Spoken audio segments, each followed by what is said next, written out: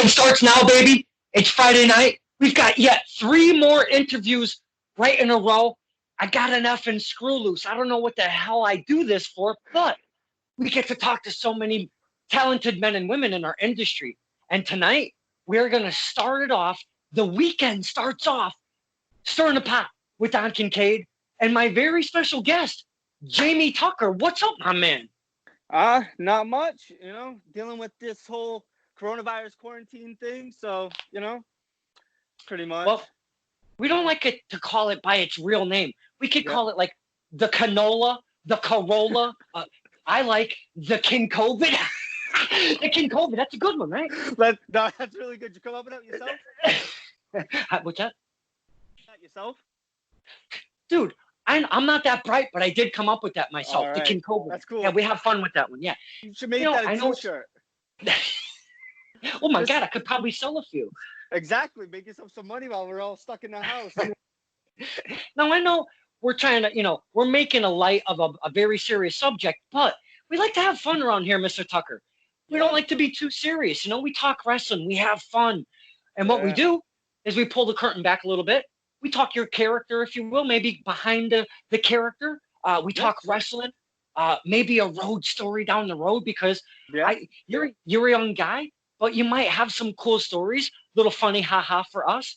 We just kind of hang out, Yeah, that's fine. I saw a couple of your interviews, some with Mike Montero, and trying to think of who else I watched. I think I watched.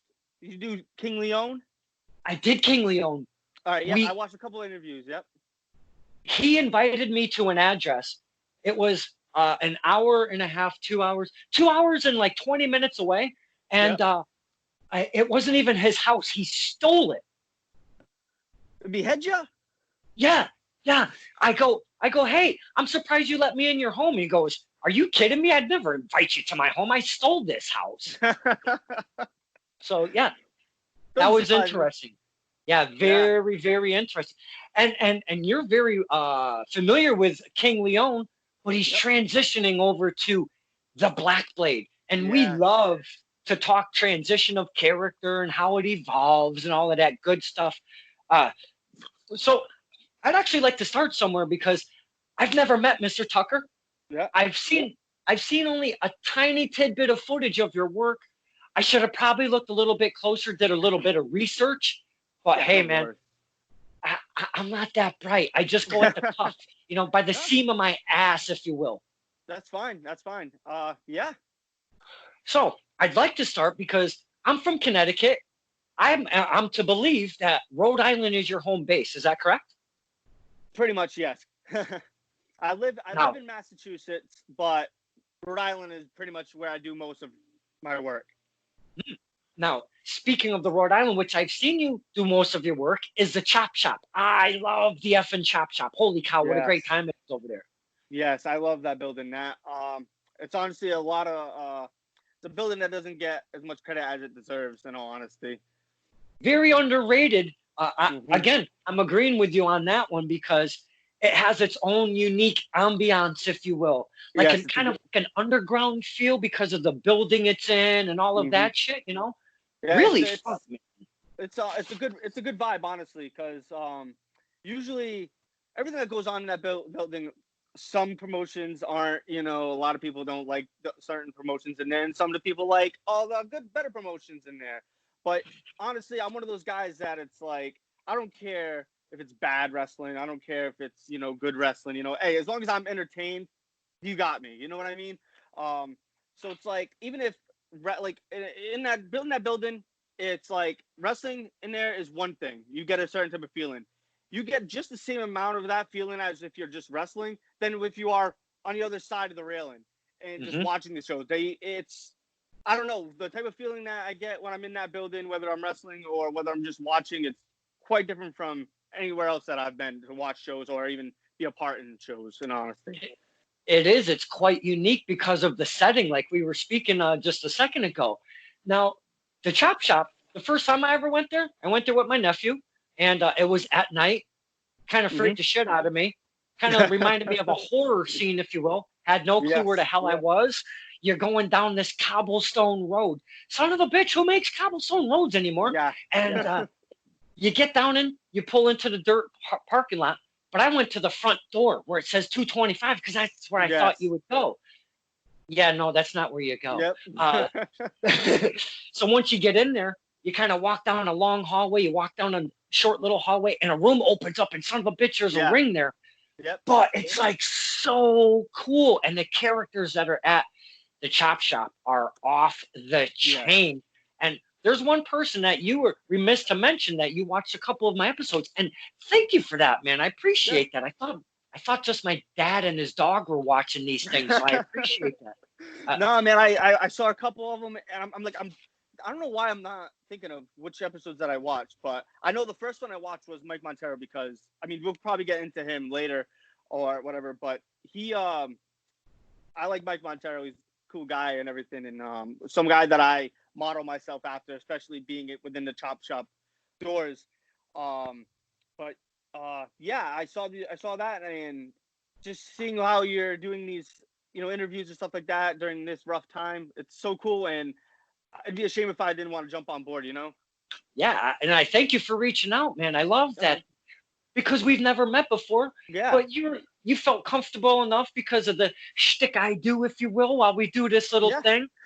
Because I don't push, I don't try to act stuffy or whatever. We just have fun, Yeah, no, it's cool. It's definitely something different to do during this rough time, So absolutely, that's why I'm doing the Skype thing. It's a longer reach too, Yeah, props to you for taking advantage of it too, by the way. Thank you, and I would be remiss if you didn't mention Coach C because that kid, he's been up my ass. Oh my God, that kid has been up my ass, and I know we're here for Mr. Tucker, but I gotta mention Coach C because if I don't, he's already put death threats or some kind of type of threats on my Facebook, my face page, if you will. Yeah. Coach, you're a young guy in the business. We're going to definitely dive into that. But Coach, see, he's only like 15 years old. The kid is making such a splash over at the chop shop. Talk to us about Coach C. You know what? Coach C is like, a lot of people rag on him. Like I know Coach C behind the scenes. And like he's a really cool kid, really talented kid, in all honesty. He's doing a lot more things that guys in our area, wrestlers in the area, and he's just a manager that he thinks that they should be doing, he's doing. The way that he puts himself out there, shares everything regardless of the promotion, regardless of who it is, even if he's never even like really met these people, like he's still sharing a ton of stuff, and he puts out a lot of content out for his fans, for everybody else. And in all honesty, like as much as his character is, he's so annoying, but behind the scenes, he's a really good, cool, and talented kid, in all honesty. You spoke of him like, because he is. Now, I'm sorry if I was reaching and stuff, but my earpieces, they decided to kind of cut off, so we're just kind of rolling with the punches. Yeah. Ah, damn. You know what happens, though? You got to plug the little bastards in. I'm not that bright, Mr. Tucker. It's all right, man. It's all right. Sometimes you forget certain things. It's okay. It is what it is. Now, you can still hear me, right? Oh, absolutely. Oh, all right. No, I was just making sure. Yeah. Now, I'm glad we did talk about Coach C because I don't want him to kill me because he's a little dangerous. Yeah, he has like that social media fan base. He might put something out and all of a sudden starting to pop might get shut down. We don't want that. I've already had that issue with Alex Rojas, the GM of Tessa Strength. He's been trying to stop the Kincaid files for months and months. There was a little glitch in the matrix at one point, and I really think he kind of got his way into my shit. No. Coach C Reach doesn't get too far and shut me down. I don't know. He's a smart kid. Sometimes he comes out of nowhere with certain things that he has up his sleeve. So you never know what Coach C can do, honestly. I know, man. I'm kind of feeling a little out of place because I've been using these earbuds for a while now, and I feel like I feel naked a little bit. I've got something under this shirt, okay? From the shirt down, there is something there. I just want to put that out there. Good. Yeah. Good. Now, let's talk Mr. Tucker. You're a young guy. How long have you been in the scene, man? I've been doing this, like, my journey pretty much starts in 2012. I started, like, actually found indie wrestling around 2009. Started watching Top Rope Promotions, in the local Fall River area.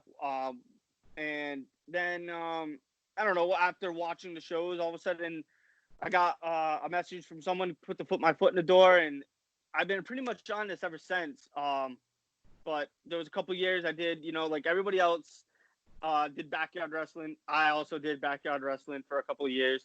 Um, and then it wasn't until like 2013 where I took it to the ring and really started putting my work and paying my dues into this business.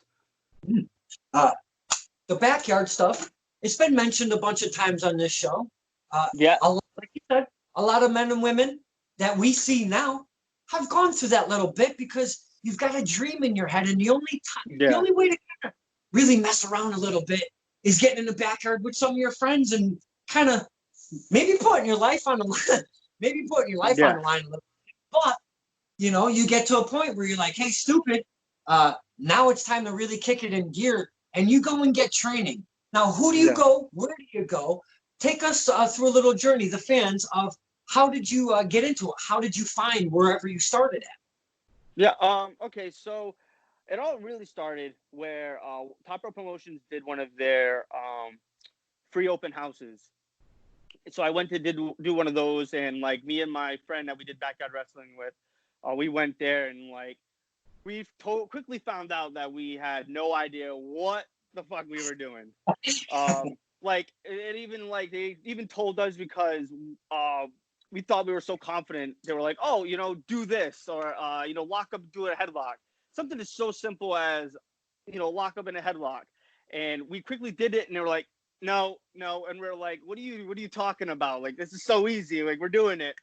So there was that, and then how much they were charging, I couldn't afford. I was in 2012.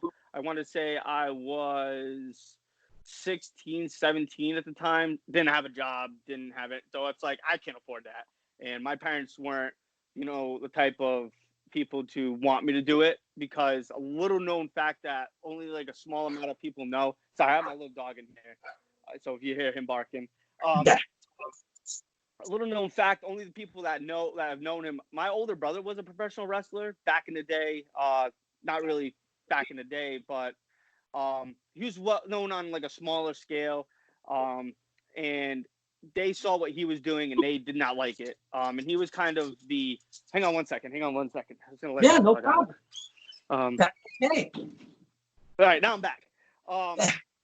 He was doing more of like the ECW hardcore style stuff, and like when you're a parent and you see that, you kind of don't want your kid doing it. But they didn't want me doing it for a long period of time, and then I stopped. That's when I started doing backyard wrestling still. And then 2013, Kevin Real hit me up from RICW, and Jay Frost as well. Jay Frost and Brian Sire put in a good word for me to go to RICW. And also, which is cool too, is Brian Sire wrestled with my older brother, and I believe Jay Frost did. But Brian Sire also knew me as a little kid because he hung out with my brother.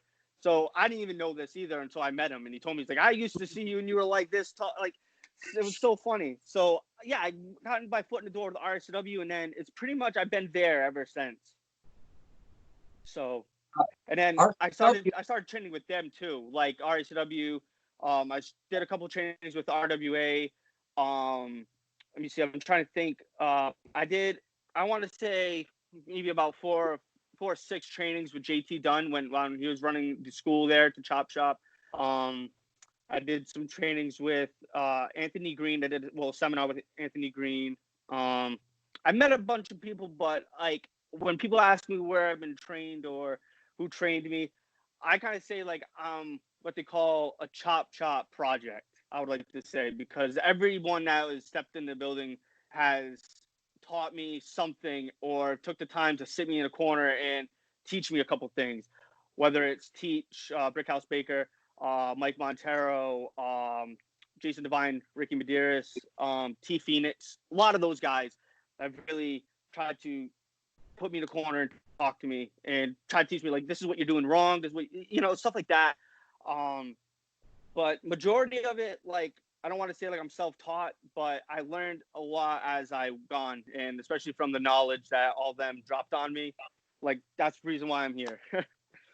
Now, you mentioned some fantastic names up in the chop shop. And, you mentioned Mr. Mike Montero. You watched his video first. That's because he's Mike fucking Montero. The guy is amazing in the ring, out the ring. He's got a heart of gold. He's a champion. I mean, the whole 9 yards. I mean, the guy, he really puts in the time, does his thing. He doesn't take it like it's a hobby. He takes it very seriously, you know? So you've mentioned some great names, though. Taking a little of this, taking a little of that. It all adds up to this nice little thing to where you start taking this in as a sponge, if you will, and you're like, oh, no shit. I'm going to try this. Oh, I should have done that instead of that. Couple things about that. The peers coming to you, especially after, they've been in the industry already. You're kind of coming in. That's got to be pretty cool to be able to see that these older, not older guys, but, that have been in it for a little bit, they will take the time to sit there and give you a helping hand. Isn't that amazing? It is. Usually, like, when I did things, I'd get like the couple indie guys that will talk crap to you or make fun of you for it. While they would certainly do that with me, always take the time to be like, but this is what you could have done, like, oh, this was very foolish, it looks stupid, or but this is what you could do. They always, this is what you could do type of thing, you know what I mean? Instead of just ragging on me and like hate on me and just make fun of me for any benefit reason of to boost themselves or whatever. But they took the time to sit and talk with me about things. Like, I can't thank enough to Mike Montero. Like, I do this a lot where I do these interviews or I talk to people and I always put over Mike Montero. But Mike Montero is one of those guys, like, he's literally like my bigger brother in this business. And especially just as of late, the past couple of years, I've gotten to get really close with Mike, hanging out with him behind the scenes, hanging out with him, watching pay-per-views, stuff like that, hanging out with them. And I'm going to say more DCMC. I don't know how I keep getting that mixed up, but that's Jason Devine and Ricky Medeiros and Mike Montero, them three guys. But I usually put Mike Montero in there because I seen him wrestle when I was just getting started in RSW, and he was in RWA at the time. And I'd go there and watch their shows occasionally. And then sooner or later, I started recording their shows for T. And I saw Mike, and like, I don't want to compare myself to him, but he's one of those guys that, he's very skinny. I like the way that he wrestles, like his style and everything like that. And like, I kind of like, what do you say? Like, I don't know. I'm trying to forget the word. I forget the word that I'm trying to put to this. You could totally relate to what he's Yes, that's it. Yeah. I could totally relate to Mike. And then, I followed him and, I saw him do these, like, literally these most memorable matches. Like, he just shared it as of late, the match he had with JT Dunn for the Hype Championship back in, I want to say it was 2014. And that was one of, like, the match that I was like, this is awesome. Like, these are the type of matches, these are the type of moments that I want to have. And, like, the way that Mike has, like how he produces himself, he walks around, and how he handles, conversations, and how he talks and puts together a match, everything like that. It's everything that I want to strive to be like in this business. Like, he's one of those guys that a lot of people don't give any credit for his body of work and for what he's done.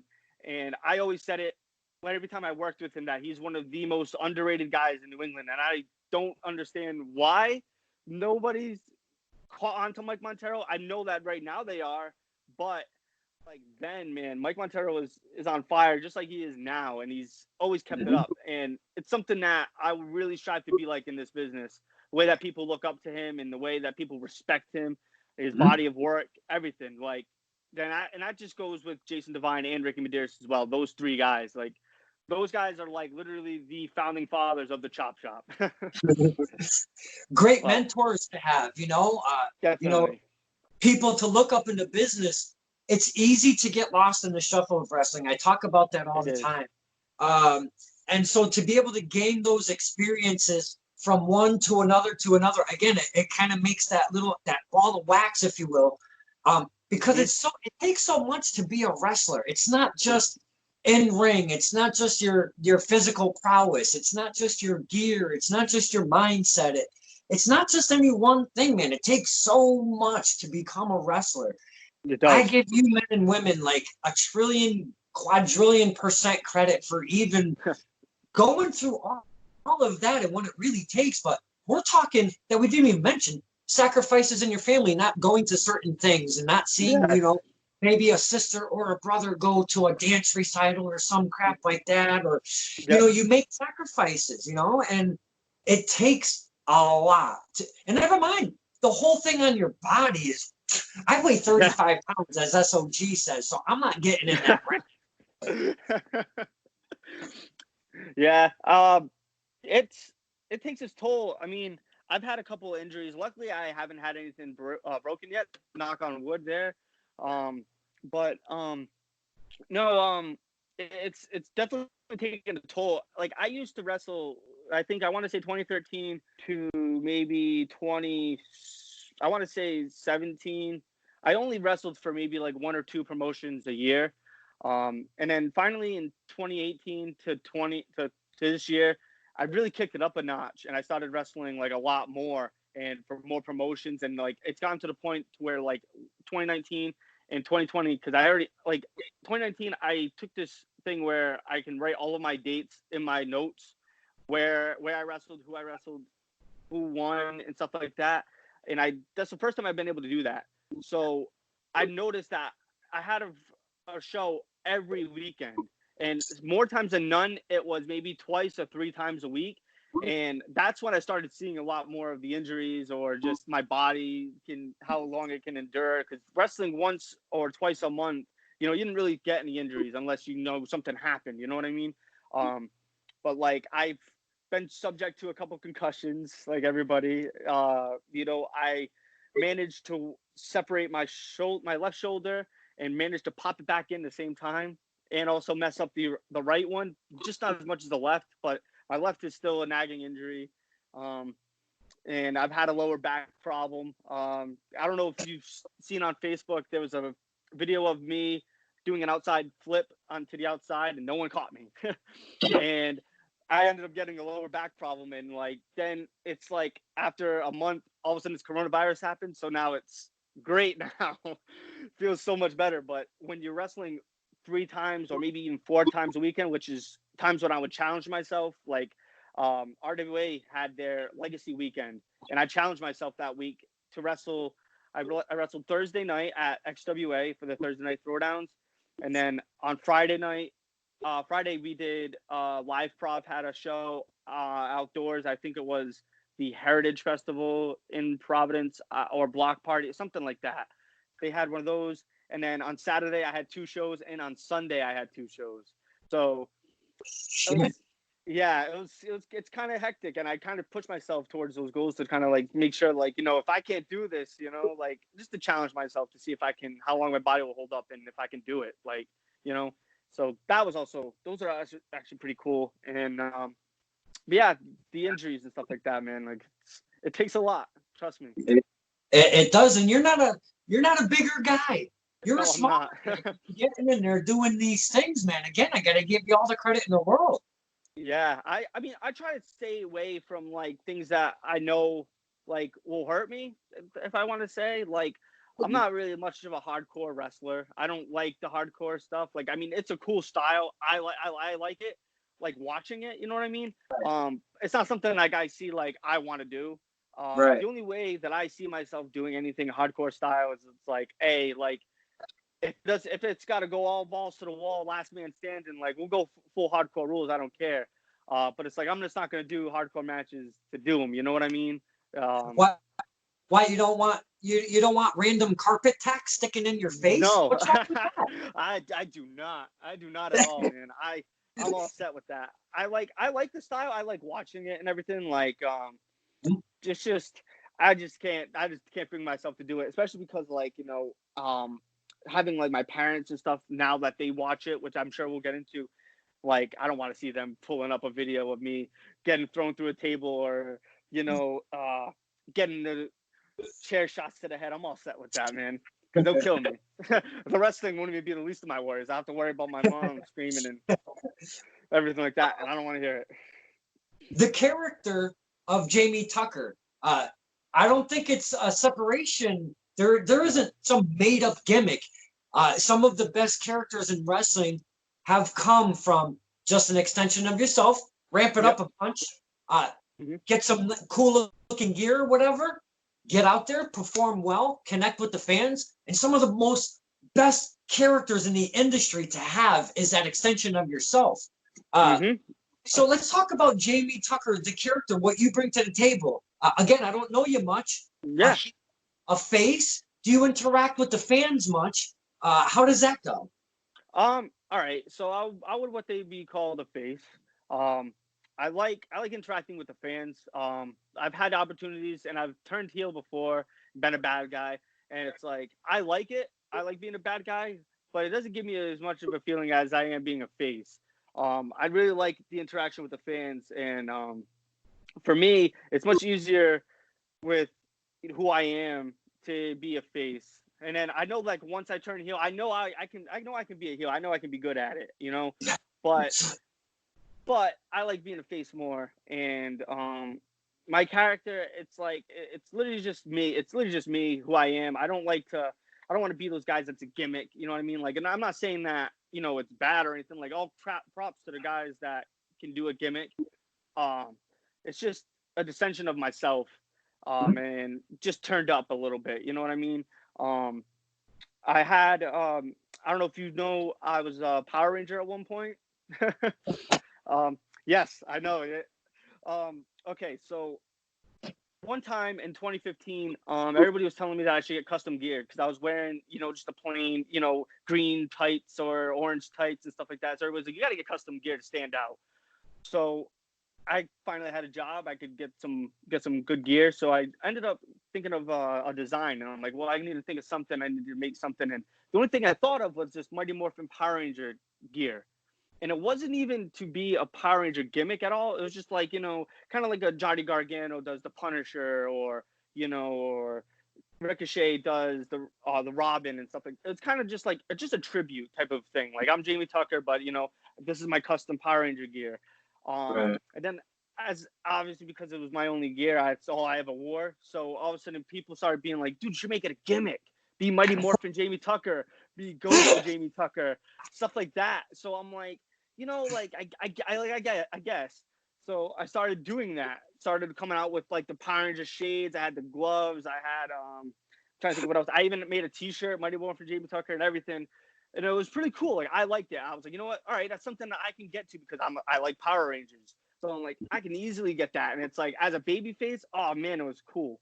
So it got to like a certain audience and everything like that. But as I brought it out, the way that I started doing it, I don't think it caught on as much. I didn't go anywhere with it.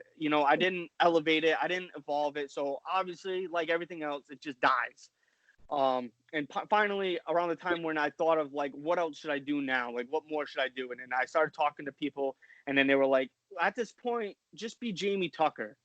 You can morph into something else, which is what's cool about it. Morph into something else.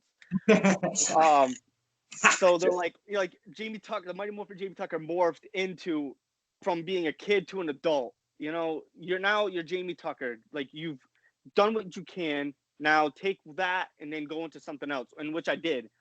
And I became the future Jamie Tucker. Okay. That's been my nickname. It's not, a lot of people think of it as like it's an arrogant thing, like, oh, you're the future, but it's not what it is. I'd rather just be called Jamie Tucker. But people associate my social media handles being the future icon Jamie to, just be the future Jamie Tucker. So that's pretty much what it is. It's just a nickname for myself, and because now that and I've been doing a lot as of late, I'm the future, so I end up getting some new gear, new designs, and here I am. And Yeah, it's very different. I like the Power Ranger stick. Don't get me wrong. I'd love to do the Power Ranger thing again, maybe.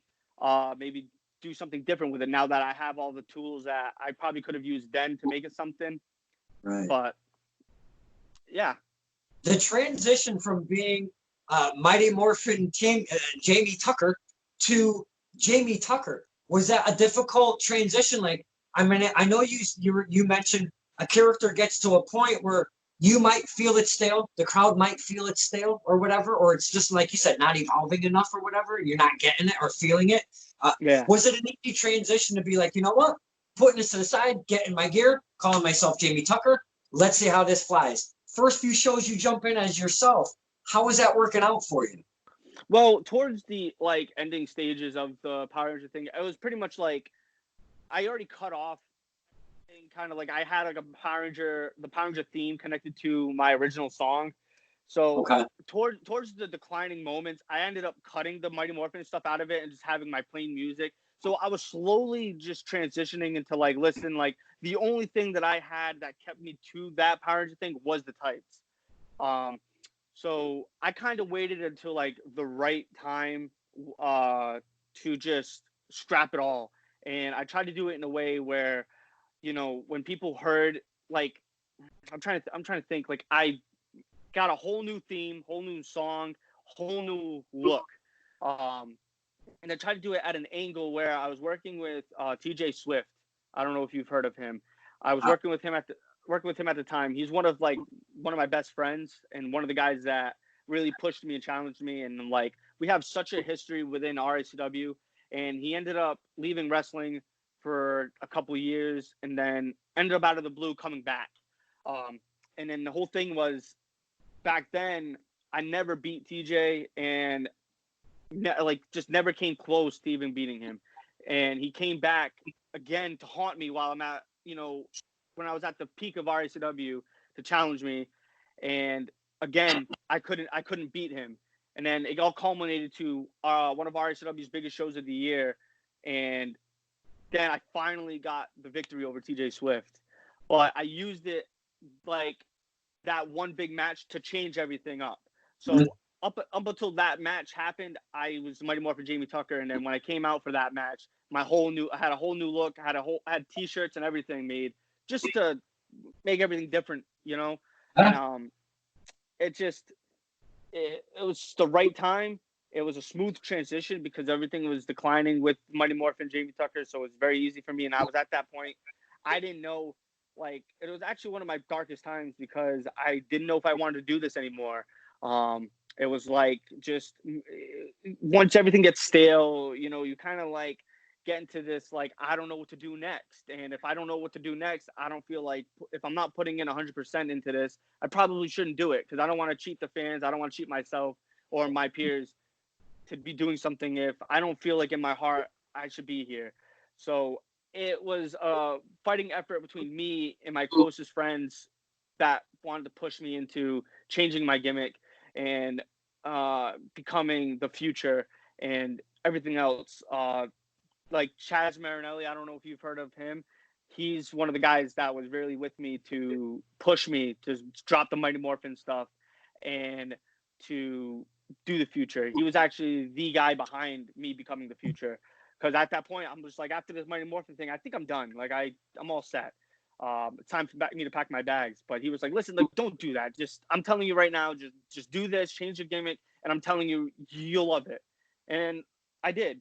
But either way, it was cool because having those friends with me and having them be like those guys to be like, listen, I'm going to tell you, like, this is what you should do. But it's like, if you want to do that, that's totally fine. Like, we're going to just support you 100%. Like, having those a good support system really made it that much easier for me to stay in this business.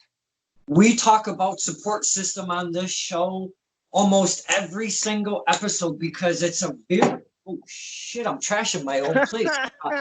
It's a very vital part of becoming, like we were saying, of that package of being a wrestler. May it be your parents. They might not like it too much. That kind of sets you down a little bit on the mindset. But then you get into the business, you make some good friendships, the brothers and the sisters in the back, if you will. Indeed, that support system becomes one of the most vital tools in any wrestler's tool bag. Can I be correct on saying that? Yep. You're 100% correct. Yep. If it wasn't for the people, my support system and the fans and everything, dude, I probably wouldn't be doing this. In all honesty, I don't do this to have a career. Like I honestly don't make any money doing this. I just do it out of just I love performing. I love the fans. I love the people. Like even if I didn't wrestle, I'd still show up just to be with all the people and the fans. It's a good time. It's a good time, and it's a lot of people. Like I could, but it's like I like working my 9 to 5. I like working Monday through Fridays, and then wrestling on Saturday. It's my escape. I don't treat it as like, like oh I gotta go wrestle this week. It's always a good time, and even when I'm not wrestling, I always try to take some time to try and check out other shows. So it is what it is. But the support system, though, if it wasn't for the people that stick behind me, like Chaz Marinelli, Chris Dozer, Jacqueline Sparks, Little Daddy Bravo, who's literally the guy that I broke in here with, Mike Montero, Jason Devine. The names can go on, man, but. Like those are the guys, those are the core group of people that really push me to make me do these things, and the fans. There's a relationship, I call it a dance, that the relationship between fans, wrestler fans, that we do, that really kind of brings that whole thing in like a great effect and makes the performance that much better. Because if we're a dead crowd, you guys feel it and you're like, man, and I know we're supposed to perform to the best of our abilities. If there's no chance, or if there's no reaction, or if there's 10 fans, or if there's 1,000 fans, and I get all of that. Yeah. But if we're not reacting, it kind of brings you guys' mood down just a little bit in that ring. And it's just not the same if we're high energy. That brings it even more for you guys and girls. And I love that whole dance that we do. I think it's just one of the most, again, unique things in any form of any sports that's out there. And I know there's a ton of sports out there.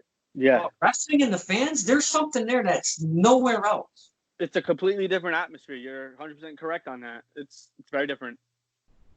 Do you like that tight indie environment, or do you like on the bigger stage, the bigger spectacle shows, if you will?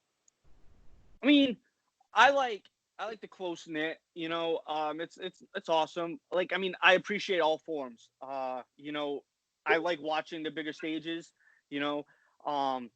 But like the small settings and maybe like the medium size, I like those. It's actually pretty. Excuse me, pretty cool. Like the Chop Shop, the XWA Event Center. Those are like honestly two of the best places to be. In all honesty, like just the atmosphere, stuff like that. Like I try to be equal with everything, but it's like I can only speak for where I've been, and it's like I love the Chop Shop. That atmosphere is the best. When that room is sold out, standing room, like, and everything, dude, it is one of the best atmospheres you could possibly be in. In all honesty, I love the Chop Shop crowd. I love the Chop Shop fans. Even the event center, they're obviously, they have a bigger room, I should say, and a higher of a production. But I love the Chop Shop. It's where I was pretty much born. I've been to an RWA Legacy. I didn't go to both nights because they have like 1 million matches in 2 nights, and I can only see 500,000 of them, not all 1 million of them in one night. Which night did you go to? Was it the Saturday show? I think it was a 2018 show, if I'm not mistaken. RWA Legacy. Yeah. I want to say I actually have my ticket still here because I made sure that I had a little something for memorabilia. So I'll look back on that and I'll give you a little message. Yeah, definitely. Because I mean, they did the 2 nights, the 2 shows where it was Saturday and Sunday. They did it last year, I believe. And that was one of the shows that I was at. So I don't know if maybe we were at the same show and we didn't even know. That's possible because when I first started going to the chop shop, I seen Ben Kacheri over there hanging out, like a fan. And I asked whoever was running the show over there, was MAW, where I was at. Yep. And I go, hey, I do this thing, blah, blah, blah. Would you mind if because I don't see no camera around here, what if I kind of film the matches on my phone? Again, it's phone quality or whatever. Yeah. I'm going to pop and swear here and there because that's what I do as a fan. Would you mind if I do that stuff? And they were like, no problem. And that's how I ended up meeting Ben Kacheri over there, was at MAW.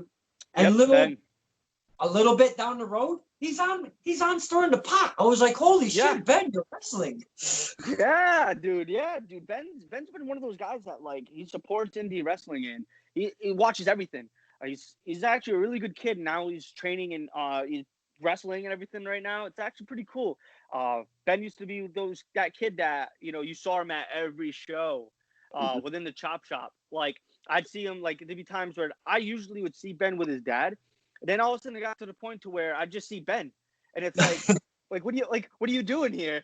And then he's like, oh, my dad dropped me off if you got to come watch the show. And I'm like, and he's like, I think it was one of the times when MAW was running before in the morning, like the afternoon, and then RW was after. So he basically stayed from that show at MAW, which was, I would say, maybe like 1 o'clock in the afternoon till maybe about 9 o'clock, 10 o'clock at night when RWA ended. You know what I mean? So Ben's just one of those diehard fans, and he's such a cool kid. So it's good to see where he's going right now. So absolutely. And as I tagged him on the, I put up a post, like Jamie Tucker with a little fire thing on the Skype, and I tag you guys. And then once I put the video all together, I put it on YouTube. Then I take the link and I share it and I tag you guys on it. And I tagged Ben Kacheri on everything, even when I made up the little thing, coming up tonight on Stirring the Pot.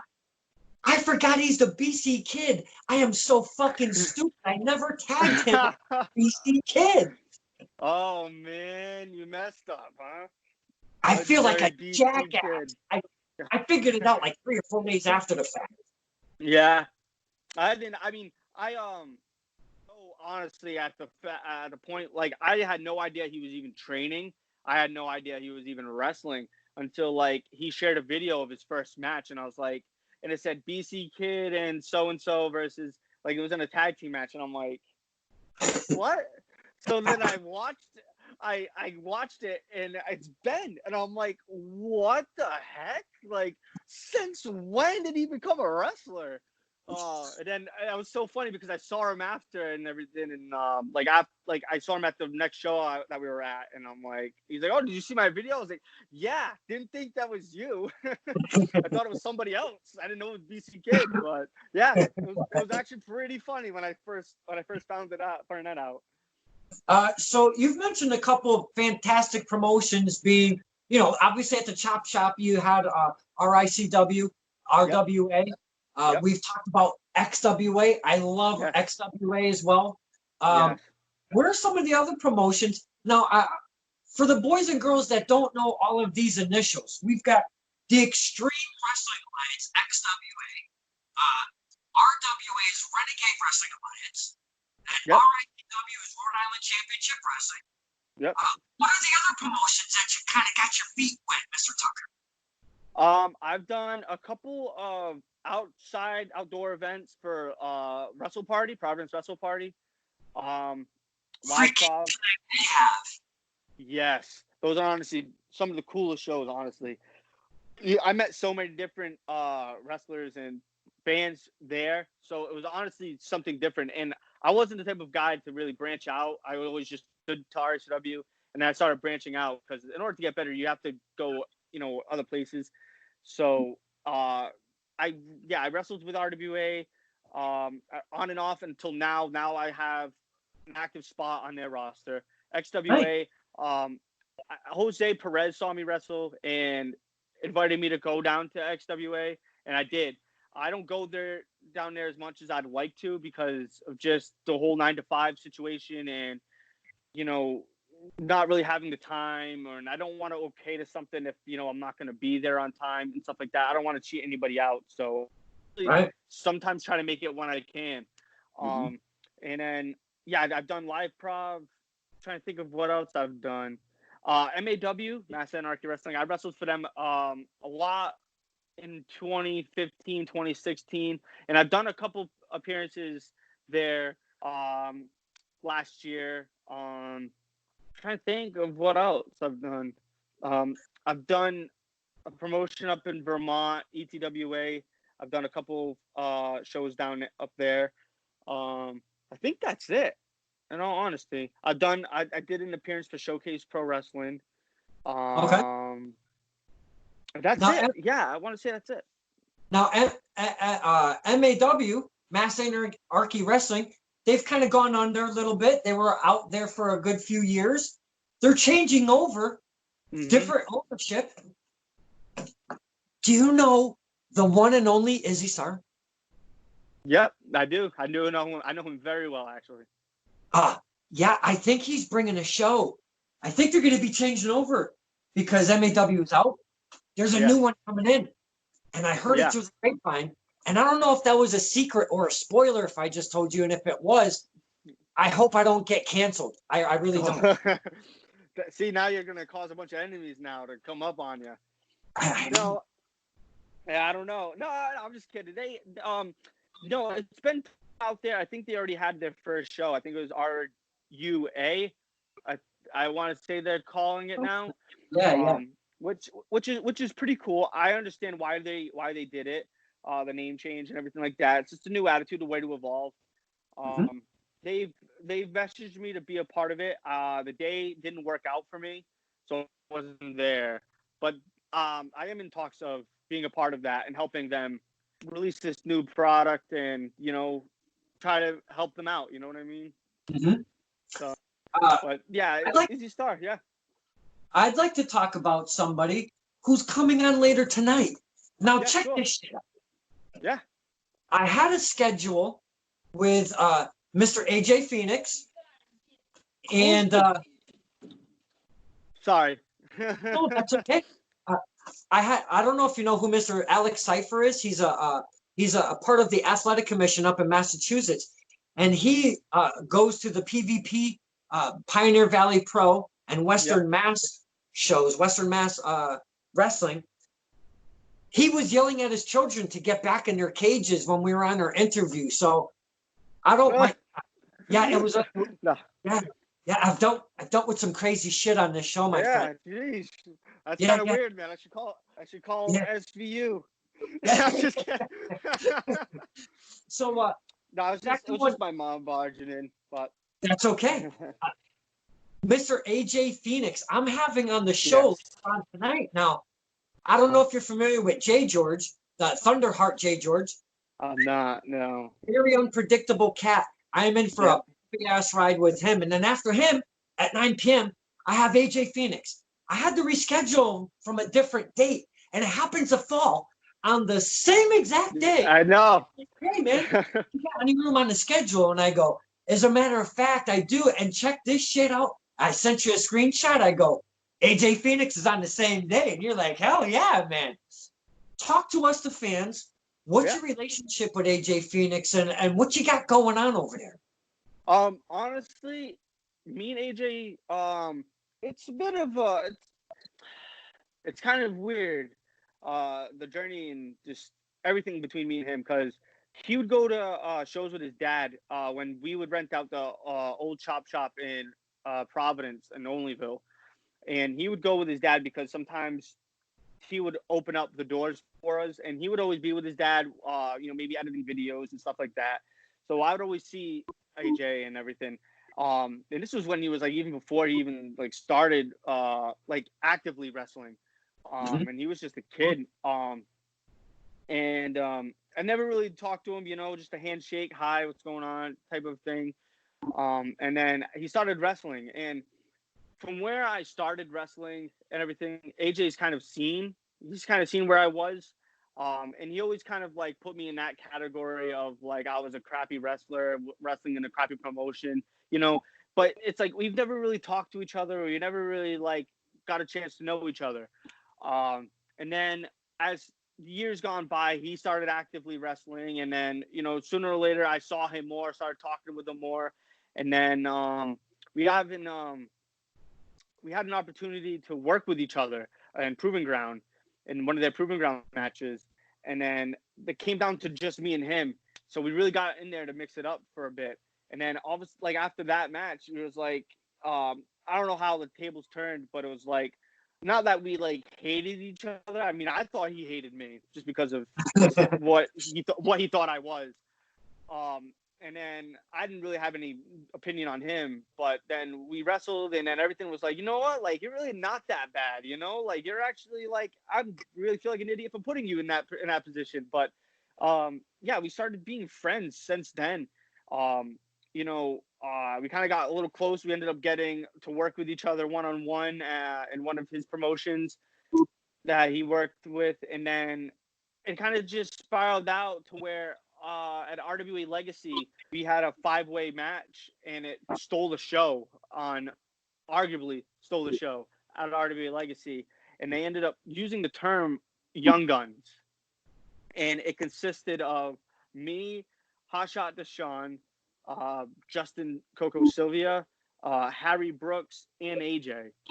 And AJ wasn't in that match, but because them trained with Brickhouse Baker, it was like kind of like these are the young guns. And then all of a sudden it kind of just took off to where we started teaming, and we started doing like I started doing everything with AJ, like just tagging. Like we ended up going to XWA, and Jose and Mike wanted us to team together, and then we ended up starting to get really close, and then we ended up starting to do like honestly like everything together when it came to XWA, and then all of a sudden now it's gone to RWA. It's came into Proving Ground, and now it's like I've been in the back with AJ, and we've had like really cool moments with each other. We've shared many cool matches with each other. And it's like, it's weird because it's like it came from where I didn't even know if this kid liked me and he probably hated me, to now like, dude, we're like best of friends. You know what I mean? So like outside of the ring, AJ's a brother to me.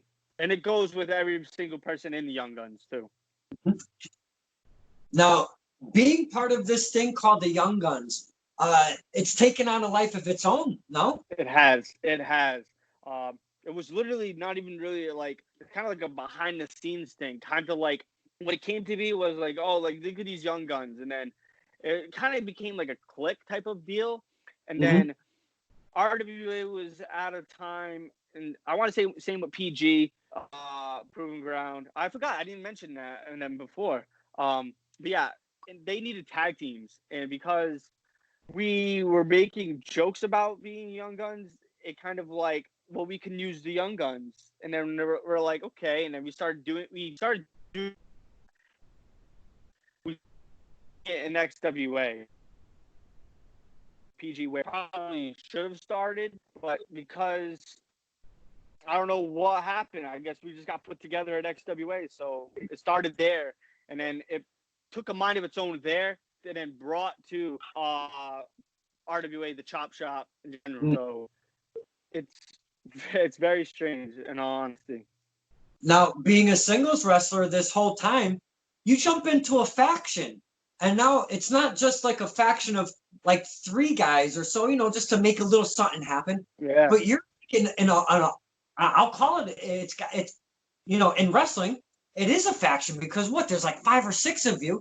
Going from a singles wrestler to jumping in these tag teams and stuff, very different, huh? It is. I mean, like during the time that the Young Guns happened, I was I am still in this team called The Brand.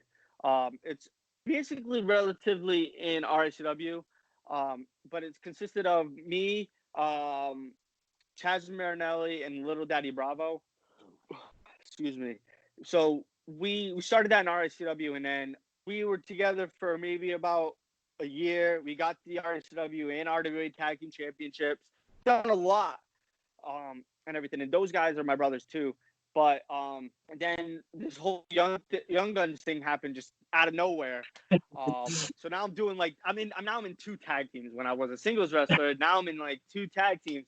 So now it's starting to get a little wonky because everybody's like, oh, they're making me choose, or oh, which one you like better. It's like, but no, the transition is different, and it's like I like being a tag team wrestler. It was something that I wasn't okay with at the time.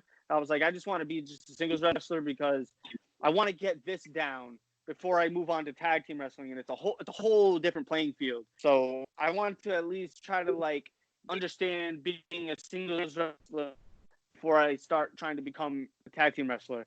And I went into it because it needed to happen. So we ended up pulling it and doing it off as the brand, and then all of a sudden now I'm the young gun. So now being a part of the brand helped me get everything that I need to become a tag team wrestler, tag team specialist, and everything. Working with DCMC, I believe we worked with Omega Black.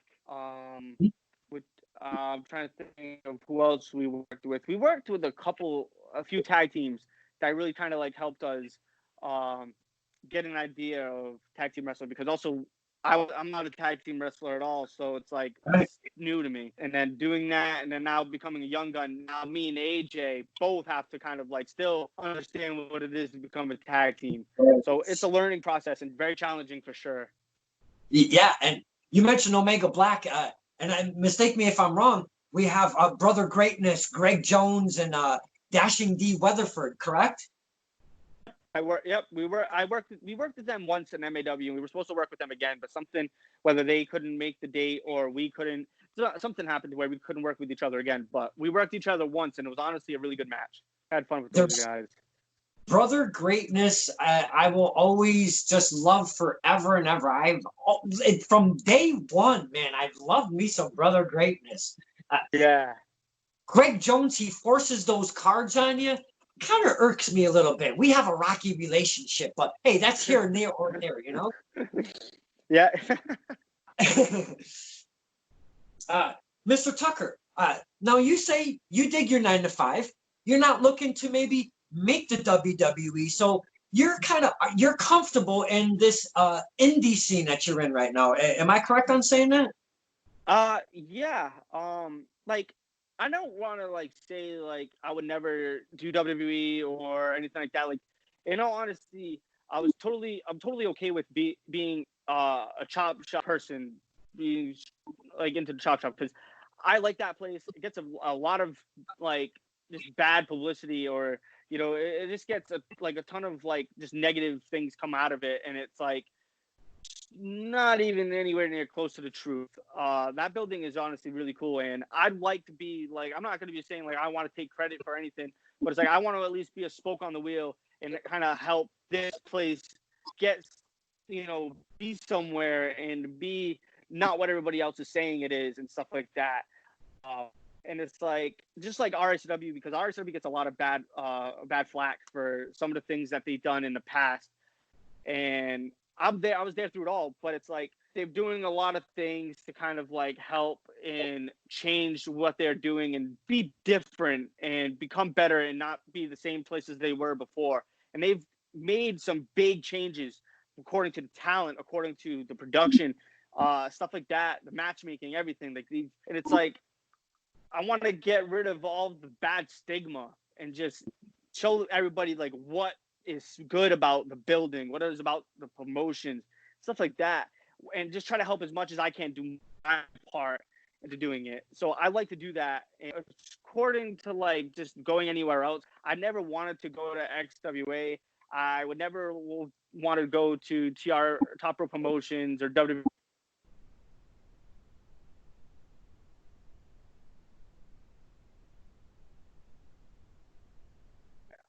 I'm gonna take it. You know what I mean? But it's like it's not any. I'm not taking anything again like away from any of them, or I'm not saying anything bad against them. I'm not saying that I don't want to be there. It's just not in my goals to be there. I kind of want to like focus on the chop shop and do my part there than going anywhere else. If that makes any sense. It's just my goal. It's just yeah. I can totally understand that. That's where you're kind of bred and molded, and you're not and sometimes the WWE or the bigger stages isn't what we wanted out of wrestling. We're comfortable with what we do in wrestling. There's nothing wrong with that, and especially with your message, you're trying to bring home. You want to elevate home. There's nothing wrong with that, my friend. No, not at all. It's just one of my goals. I'm not trying to like be negative or put any of those promotions down. It's just I have nothing bad to say about any of those promotions. Top Rope Promotions is one of those places that I started watching that brought me into indie wrestling, and I love their shows and everything like that. Same thing with XWA.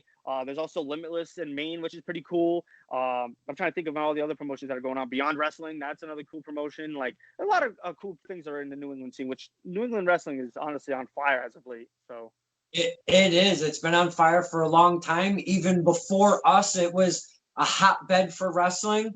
And it just continues to flourish because there's so much wrestling out there. Holy cow, there's so much wrestling.